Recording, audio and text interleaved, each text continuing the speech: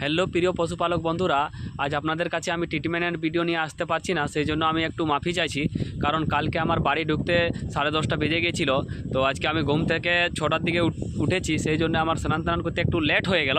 তো সেই জন্য আমি আপনাদের কাছে ট্রিটমেন্টের ভিডিও নিয়ে আসতে পারছি না। তো আর যে পশুপালক ভাইয়েরা আমাকে আজ ট্রিটমেন্ট করার জন্য কল দিয়েছেন, তাদের কাছে আমি ক্ষমা চাইছি যে আমি পৌঁছাবো, কিন্তু একটু লেট হবে। আপনারা ধৈর্য ধরে থাকুন, আমি অতি অবশ্যই পৌঁছাবো। আপনারা যখন আমাকে ডেকেছেন একটু লেট হবে। এই তো আমি মোটামুটি আমার গাড়ি নিয়ে বাইর হয়ে গেছি, রাস্তাতে আছি।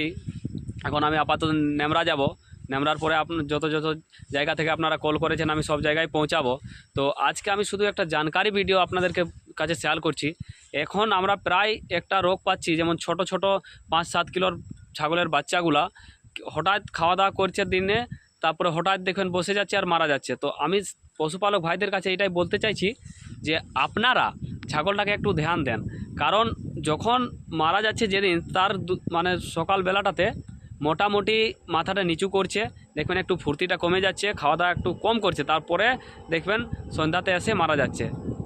এটাই আমি বলতে চাইছিলাম, আপনারা একটু ধ্যান দিবেন। আর যারা আমার ভিডিওটা দেখছেন সবার কাছে আমার অনুরোধ, এই ভিডিওটা কিন্তু খুব বেশি করে শেয়ার করুন। কারণ যারা আমাকে ডেকেছে তারা আমার আশায় অবশ্য বসে আছে।